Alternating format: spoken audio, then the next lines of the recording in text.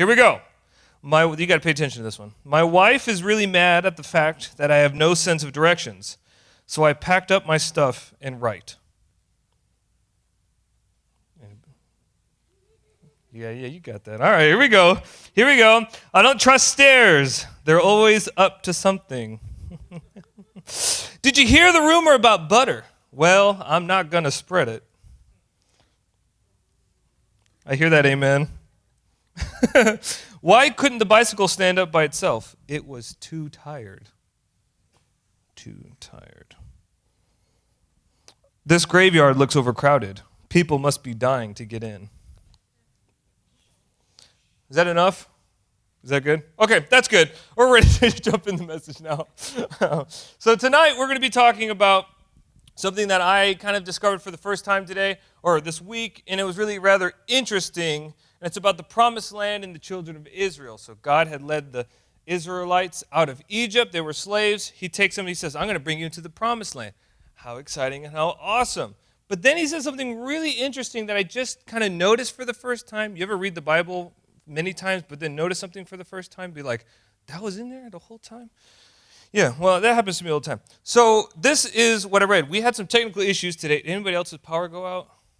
Yeah, our power's been out since like 3 o'clock. So we don't have verses and different things like that, but we made it work. So I'm going to read it to you. Pay attention with both ears, and you'll get it. All right, so this is in Exodus 23:27. This is God telling them about the promised land. He says, I will send my terror ahead of you and create panic among all the people whose lands you invade. I will make all of your enemies turn and run. I will send terror ahead of you to drive out the Hivites, the Canaanites, the Hittites. But I will not, listen, okay, that's all good. Yes, he's driving out all the bad guys. But then listen to this in verse 29. But I will not drive them out in a single year. Why?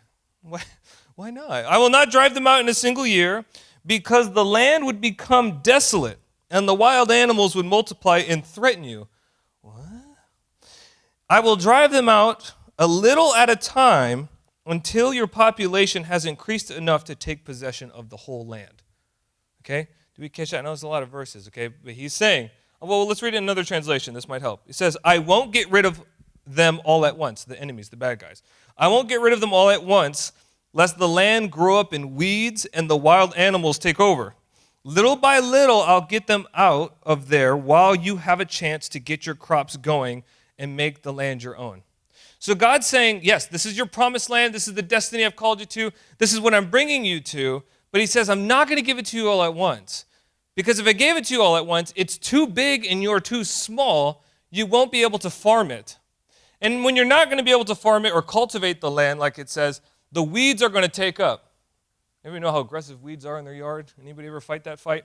So now you have a whole country, and he's saying the weeds are going to spring up, ruin your farmland, and the wild animals are going to come in. So if I gave it to you right now, you're too small to take care of it. It's one of those first, I hadn't read that before. So he says, I'm going to give it to you little by little as you can be fruitful with. All right? So he's saying, I'm going to give you pieces and pieces, little by little, so you can be fruitful with this section of the land, then the next section of the land, and he went on like that. So God promised to take care of their enemies, but he didn't promise to take care of the weeds and the wolves. All right? He promised to take care of the enemies, but not the weeds and the wolves. That would be on them. So God's saying, I'm going to give you this promised land that I told you, but I won't do it all at once because it's too big for you, and you couldn't grow in it. And that really got me thinking. You know, today we're not farming. God's not calling us to cultivate land. I mean, maybe some of you might in the future. We can declare that after the meeting. But for us, I thought, is there a parallel today? Is there something like that today? For God gives us promises, these promised lands, right? Our destinies, our callings, the things that God has set apart for us, that he wants to take us into. And I wonder, is God limiting the size or the share of our promised land based on something? And what would that something be? And to me, in my experience and what I've read in the Bible and what I've concluded, okay, is the size of the promise that I live in today might be limited by the size of my character, okay, and the fruitfulness of my character. Tonight we're going to be talking about your character. Because again, we're not farming, we're not doing all these things, but the fruit of the Spirit are love, joy, peace, patience, kindness, goodness, So we're called to be fruitful. So what is our fruit? That's godly character. So I'd like to propose today that the size of the promise that I live in, the share of the promised land, he says, I'll give you little by little, the share of the promised land that I live in today might be limited by the size of my character. Okay? And vice versa. If the promise we live in is bigger than our character, then the weeds and the wild animals will ruin it because our character can't grow in it. It's too big for us. All right? You see this all the time if you think about certain celebrities, or especially when they're young. They get everything all at once. And what happens 9 out of 10 times? They can't handle it because their character hasn't developed yet. And so they end up ruining it. They had got everything, but then they end up ruining it. You could get the whole world, but we could end up ruining it. So God's saying, I'm not going to give you everything that I promised to give you yet, because if I do, your character might end up ruining it. And that's so true. That's so true about us. That's what we do. Our character will end up ruining it. Not only that, but because of your character, you might not even enjoy it when you get there. And that's what we're going to be discussing tonight.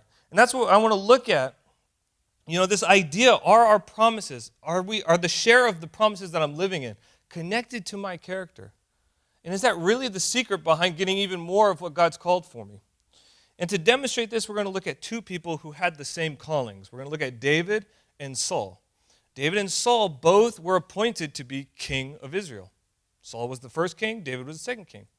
Both were anointed, set apart. God said, I'm going to make you a king. Here's your promise. You're going to have the whole country. You're going to be in charge of the whole thing. They both had the same calling. Both got there different ways, and both ended with different results. This is exactly what we're talking about. If the promise that we're living in today is bigger than our character, we could ruin it based on our character. So let's look at Saul, all right? Saul was Israel's first king. In his own mouth, he describes himself as being from the least important family and the least important tribe. So he's saying, like, I'm literally a nobody. This is Saul, right? The only thing he had going for him, it says he was the most handsome man in Israel.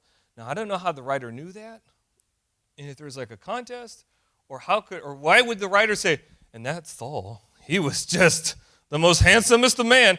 I don't know why that detail is in there, but it's in there. He's also a head taller than everybody in Israel. Again, strange fact. And his feet were 3 times, weird facts about the guy, but that's what we know about him. He was the most handsome man, but he, in his own words, said, I'm a nobody from the tiniest family. Why am I king? Until one day a prophet shows up and says, hey, friend, you're going to be the one that God's called to be king. All right? This guy was a nobody. When he got the calling, he was chasing after goats. Anybody chase after goats? You don't got much going on when you're chasing after goats, okay? But this guy was chasing after goats. The most handsome man in all of Israel was chasing after goats. He runs into a prophet and says, you're going to be the king. Huh? Why? What? It's like, what if someone told you, just interrupted you at work and says, you're going to be the president? I am? Okay, you're going to be it. Your life is about to change, mister who's doing nothing from the least important family. You're going to get everything you have ever wanted and more. Okay. He was overnight success, okay? Saul was overnight success. And nobody who got literally the whole world, his whole world. He became king of everything. Everything belonged to him. He was an overnight success. But we'll see that this isn't always a good thing. This is the thing we want from God, though, right? Like, come on, this is what we want from him. Especially if you've gotten prophetic words, you're like, but I want that right now. Like, what are you waiting on? Like, I need it all right now. And if I had it all right now, then I'd be happy. Okay? So we're going to see. Maybe it's not all what's cracked up to be if you get it all right now. You ever think that way? What if God gave you everything right now? Would it actually be that good? Would it actually be that great for you? Saul is a prime example. He had an overnight success while chasing goats. Maybe that's the secret tonight. Go find goats and start chasing them if you want overnight success. Saul didn't think of himself pretty high, okay? When the prophet's like, hey, you're going to be the guy, he says, I'm a nobody from a nowhere town, from a no one family. Saul didn't think of himself pretty high. Saul also didn't crave power. When they had the meeting and said, all right, everyone, we're going to announce the king, and the king is Saul. They all start looking around and says, where's Saul? And for, again, weird things. Saul, it says, was hiding in the luggage. So they're having a meeting, and I don't know if he's rummaging through the luggage. I don't know if that was put in there, but Saul was hiding in the luggage. He knew he was supposed to be king, but he didn't walk in going, yeah, this is me, this is my time, get ready. Let's make Israel great again. He didn't do that. He just walked in, and he was hiding among the luggage. So character, we're talking about his character here before he got everything, right?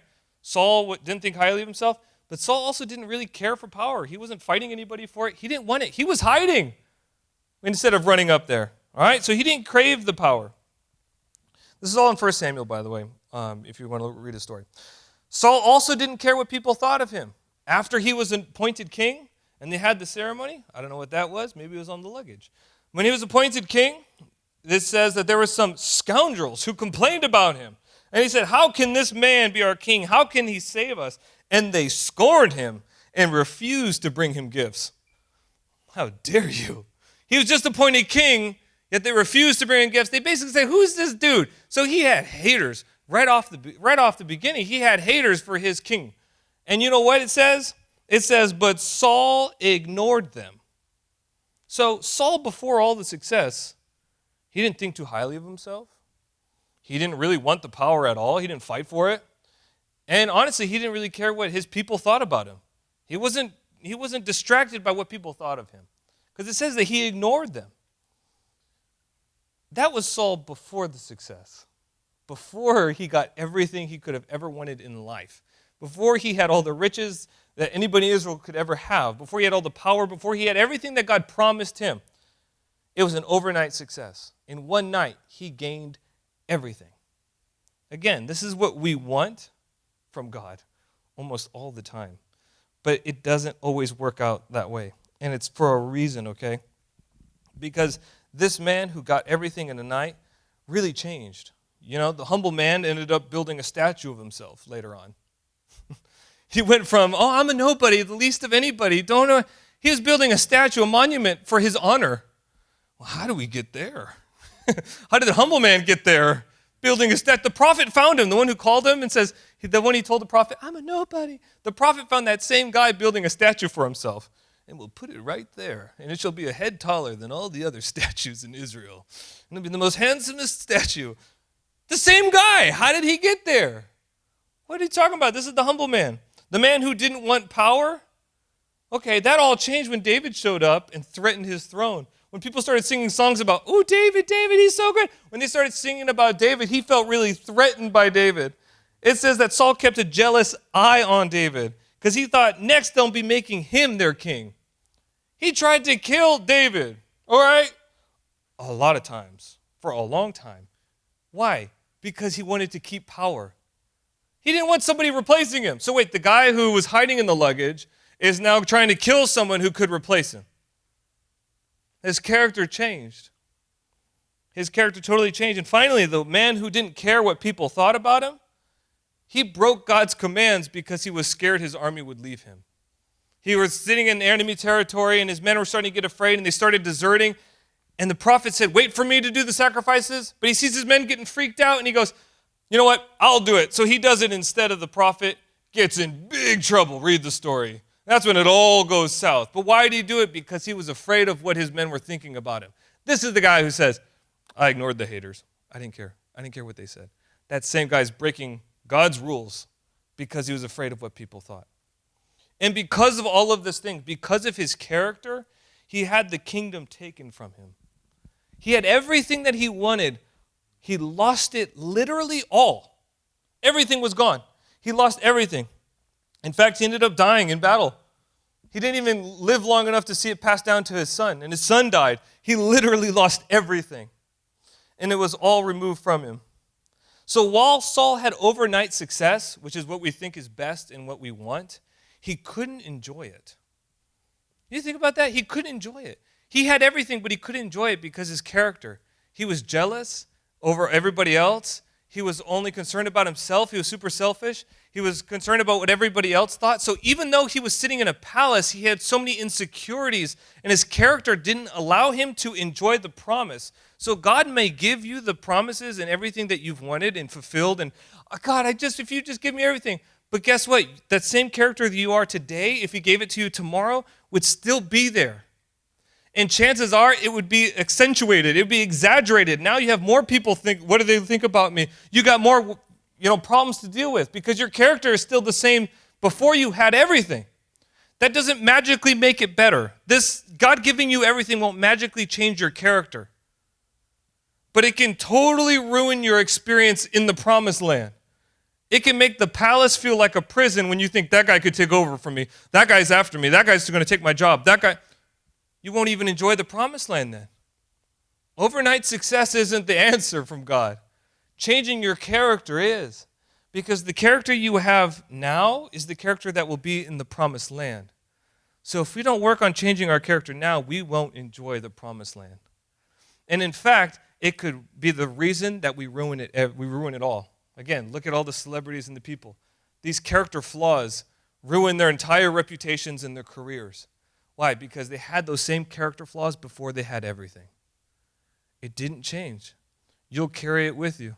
And this is what God was talking about when he tells the Israelites, I'm not giving you everything at one time because the weeds and the wolves will come in. God promises to take care of your enemies so you can rest, but he says, the weeds and the wolves, that's on you. And these are the bad character flaws that we come in with. And those flaws can ruin our promises. And so that's the overnight success model. But that's not God's model today. That's not how he wants to do it. We see in contrast, the very next guy was David. And David was his chosen one to replace Saul as king. But unlike Saul, David would not be an overnight success. And if you know the story, you know that's true. In fact, it would span over 20 years before he got his kingdom, before he got the promised land. So Saul was overnight. We had a ceremony. You're king. You have literally everything. David, you're going to be king 20-something years later until he got everything. This is a totally different approach to getting the promised land. Totally different approach to your calling and your destinies. This is a totally different approach. And in fact, it was a difficult, hard, nasty road, but David went through it, okay? And we're going to analyze three things, okay? These are three important things that David went through to build his character enough to enjoy and keep the promised land. This is our goal as believers. We want to have enough character to enjoy and keep the promised land, unlike Saul, who lost it all. So David, first of all, was a servant. As soon as he was appointed by the same prophet, so he's appointed, he says, you're going to be king of Israel. You know what he did right off that bat? He went to be a musician for Saul. He went to serve. He didn't, okay, now here's the job. Now you're a king. No, in fact, you're going to go work for the guy who you're supposed to take over for, and I need you to play a harp for him. Okay, but I'm supposed to be king. No, I need you to serve him, though. All right, and that's what he did. In fact, in 1 Samuel 16:21, it says, so David went to Saul and began serving him. And Saul loved David very much. And David even became his armor bearer. So he's working for the guy that he's supposed to take over as a servant. Even during the war where he kills Goliath at the end, he went back home to take care of his father's sheep because he was an older man. That's a lowly position in the family for taking care of the sheep. But David still went back to be a servant. He took care of his father's sheep. After killing Goliath, now he's the champion, and maybe I should be king now, you know? What does he do? He's promoted in the military for Saul and continues to be a soldier for him. Again, right after he gets the calling, what is he thrown into? Okay, now I need you to serve. Now I need you to be a servant. Because God is going to build character in servants. These are character-building things that David went to so that he could keep and enjoy his promised land. David learned character by being a servant when he should have been the one in charge. That's what God said. All right? And many times, this is going to happen to us. You're going to feel like, why am I always the servant and never the one in charge? You ever feel that way? Why am I always the one doing something for somebody else? Now I'm promoted to armor bearer. I don't want to be armor bearer. I want to be king. Now I have to do this. Why am I doing this? I don't want to do this. I want to do this. God will craft and create character in us when we serve. That's why it's so important to serve even in the local church. God will build character in servants. So he did that with David. That was the first thing he did. Instead of giving him the throne right away, he built character by making him serve. The next one is not fun at all, but it is one that is an important part of everybody's life. And this is David in the wilderness part. You know, David, after being anointed king, he served faithfully Saul for a long time. He served him faithfully. Saul loved David. In fact, at one point, David calls him father, and Saul calls him son. They had a close relationship, yet this guy who he served faithfully and probably in his mind thought, this is how I'm going to get the job, the promotion. He's going to say, and I'm going to pass it to you, David. That same guy got so jealous that he tried to kill David. He chased him out. David had to run and live on the land. He was in caves for a while. He was in enemy territory for a while. I mean, this really sucks. He lost everything. Think about it. If you're thinking this is the plan for my life and God's called me to do this and this is the promise that he spoke over me, this is my calling, my gifting in life, and I'm pursuing it, and you're taking all these steps and you're saying, if I just take this lower job and I work my way up, it's going to lead to that promotion and the success, and then I'll open my own. You ever think about that? You ever think that way, right? This is common. So he's saying, I just start here and work my way up until I'm doing my own thing. Well, David was doing that, and he's working in the palace. He got in, then he kept going like this, and then everything was taken from him. In a moment, everything was taken from him, and he didn't do anything wrong. He was the best at his job. Saul loved him. And it says he was better than all of the other military commanders, having more success than everybody else. He was the best, and that he lost everything. And so all the progress he was making towards his goal in life and what God's called him to do, he lost it all. Do you ever feel like you're just spinning wheels and not getting anywhere, and then to have it just totally taken away from you? What a frustrating feeling that would be. I invested this much in this thing, and it didn't work out how I thought. And it wasn't the road to the promise God called me to do, or the gift. Now I can't use my gift. Now I'm stuck in another business doing something else I don't want to do. And I don't get to express my gifts. I don't get to do what God's called me to do. That's what he felt. That's exactly what he felt like. That is a rough position, and it is something that everybody goes through at some point or another. This wilderness time where all the doors close. You ever feel that way, where all the doors just close?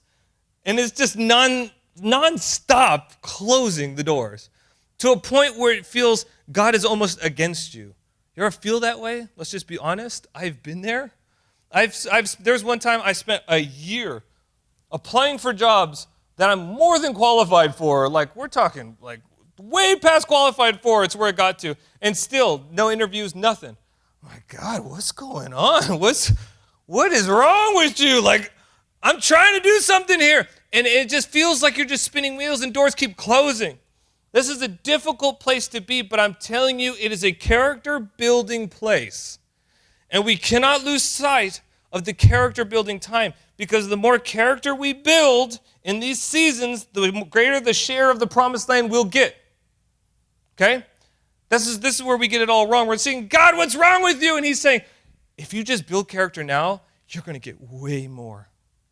The promised land is going to be huge. I'm not going to waste this time. If we develop and build our character, I'm not going to waste it. I'm not going to waste it. There's a man, Charles Francis Adams, you don't need to remember that name, was a 19th century political figure, okay? And he kept a diary. This is a real story. He kept a diary, and on one day he wrote, "Went fishing with my son today. A day wasted." That's what the entry literally said. Went fishing on Father's Day, right? He said, "We went fishing with my son today.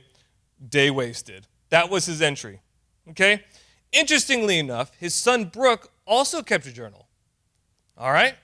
And we have them both. Historians have them both. And on that same day, Brooke made an entry about the day his dad took him fishing. Remember, Dad said, "This is a waste of time," right? Went fishing with him, wasted a day. On that same day, this is what Brooke wrote. "Went fishing with my father, the most wonderful day of my life." Literally what it says. On the same day, Dad said, total waste of time. Brooke said, "Went fishing with my dad. Greatest day of my life."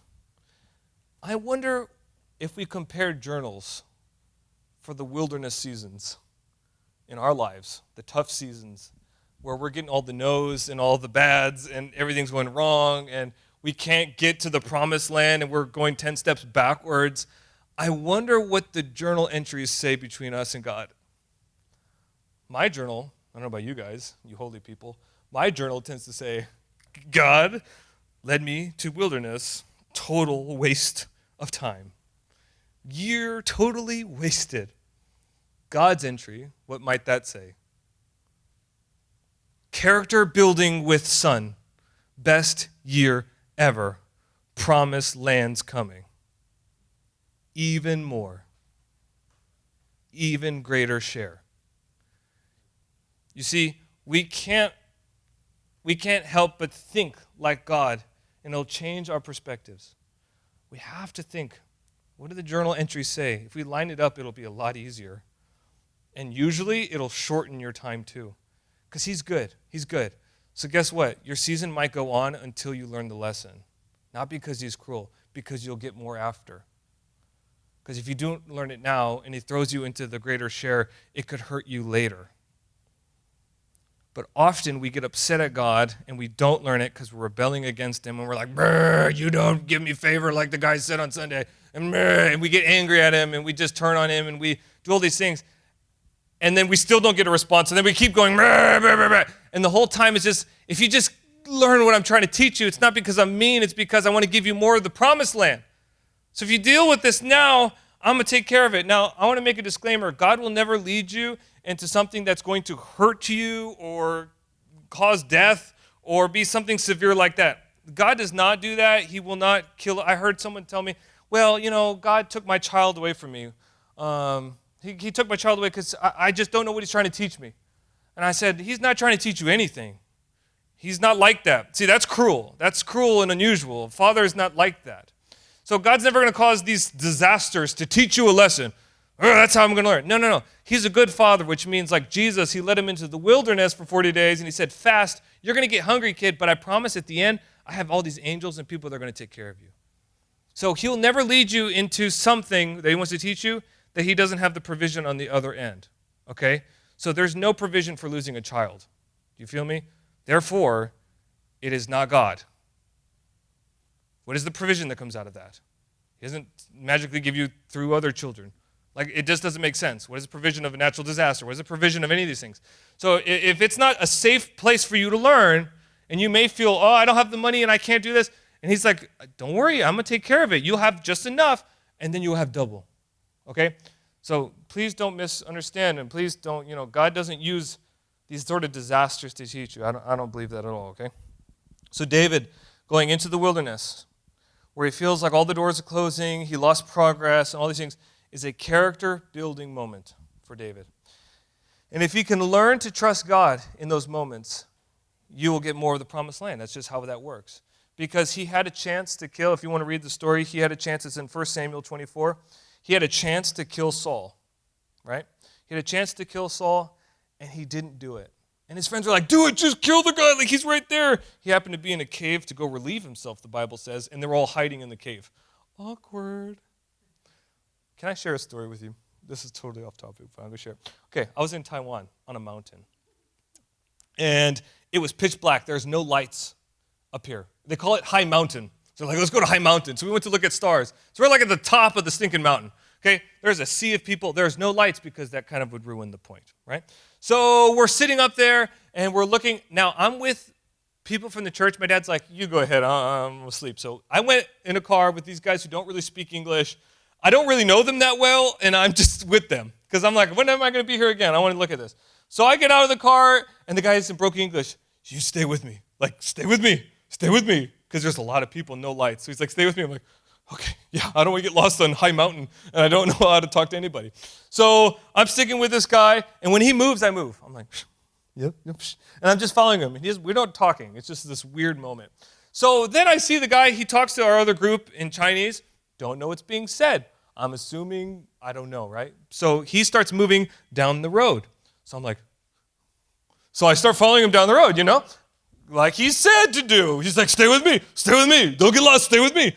Okay, so I follow him down the road. Then all of a sudden, he's walking, and then he just goes like this, and then he just stops. And then I'm sitting there, and I'm like, what's going on? Then I hear a zip, and I'm like, wait a second, what's happening on High Mountain? And he doesn't know that I'm there, but I'm standing behind him, so then I just start going like, just awkwardly backtrack, and I sit up the road like, I think he knew that I was there, and then he never brought it up, and it'll be something we never talk about. But that's basically what happened with David and Saul in the cave. Never many times you get illustrations that accurate. So that's basically what happened to David and Saul in the cave, and Saul came in there, and he didn't know David was there, and David's just awkwardly chilling with his guys, and then he comes out, and he says basically, like, I could have killed you, but I didn't. He cut off a piece of his robe. Again, when in that process did that happen? I don't know. And I don't want to think about it. But anyways, as he was relieving himself, whatever, he cut off a piece of the robe. I'm just saying. And how does Saul not... Whatever.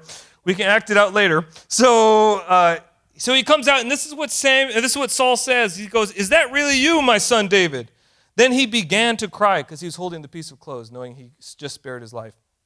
And he said to David, "You are a better man than I am, for you have repaid good for evil. And you have been amazingly kind today. And may the Lord reward you well for the kindness you have shown me today. And now I realize that you are surely going to be king, and that the kingdom of Israel will flourish underneath your rule." It's interesting. Saul was threatened because he thought David did greater deeds and greater things. But Saul really realized he was threatened by David because he was a better man than David. And he knew that the kingdom was going to succeed because he was a better man. He had a better quality of character. And he knew that's the reason it was going to succeed. It's not about what you do. It's about who you are. So you could work any job on the planet and be super fruitful in your life because of your character. The last thing. David was anointed king when he was 30, right? This is what the verse says. David was 30 years old when he began to reign, and he reigned 40 years in all. Did this just go out? Oh my God. Okay, you can hear me. And he reigned 40 years in all, and he reigned over Judah from Hebron for 7 years and 6 months, and from Jerusalem he reigned all over Israel and Judah for 33 years. Okay, so what they're saying is, when David started reigning when he was 30 years old, but it was only over half of the kingdom. Okay? So remember, he got anointed when he was in his teenage years, young adult. He has to wait till he's 30 before he gets half of the promise. He was put in charge of half of the kingdom, not even the full thing yet. For 7 years, he's put in charge of half of it. And then 7 years later, God gives him the rest of it. Isn't that interesting? Even then, God gives out. This is what we're talking about. Piece by piece. And this is how God works. Instead of giving you everything, he gives you for 7 years, here's your share of the promise. And then in 7 more years, you're going to get even more, and here's the rest of it. That's how he works. And that's what he did with David. So David's promises came in pieces instead of the whole thing. But I want you to notice something, and I think it's really cool what the verse says. It says, David was 30 when he began to reign. And notice it didn't say he started reigning when he was in charge of everything. Okay? So it says when he was 30, he started to reign. But he only had a part of it. But that's when it says his reign started, not when he had everything. Most of the time for us, we only think we're reigning in life, we're ruling in life, when we're got everything. Right? But he says to David, it's recorded of David, he started ruling when he only had half of it. You don't have to wait till you have everything to start reigning and ruling in life. Yet we limit ourselves. I'm not reigning because I don't have everything in life yet. I don't have the full promise yet, so I can't, reign in life. I can't rule in life. I can't, make this share of promised land my own because I don't have everything. You don't have to wait. You don't have to wait. So my question is, are we waiting to reign in life until we have everything? We can't forget that the size of the promise I live in today is determined by the size of my character. God will not give you an overnight success. There's some rare cases that does happen. But most of the time, it's going to be a process like David. And it's because he wants you to learn the character along the way so that your character can let you enjoy it when you get there and keep it for the rest of your life like David did. And not get taken away. Not be paranoid the whole time you have it and afraid to lose it like Saul. He wants to do it like that. He wants to treat us like David. God wants to trust the who we've become before we reach the promised land, because you'll be that same guy. Don't forget that. You'll be the same person in the promised land that you are right now. And do you trust that person in the promised land? Do you trust that person? Does God trust that person in the promised land? So tonight, I know we pray along the lines of, God, give me this, give me that, do this for me, open this for me. Instead, what if we prayed and asked God, what is the character that I need to develop? What are the things that you're trying to teach me? Am I in a wilderness season? Let me learn in the wilderness season. Am I serving somewhere, even at a workplace? Then let me serve and learn and build character in the workplace. Am I getting only part of it? Well, then let me start reigning and ruling with the part I have. I don't need to have it all right now. I can start reigning and ruling in life right now. And let's develop the character so we can enjoy it and keep it. Amen?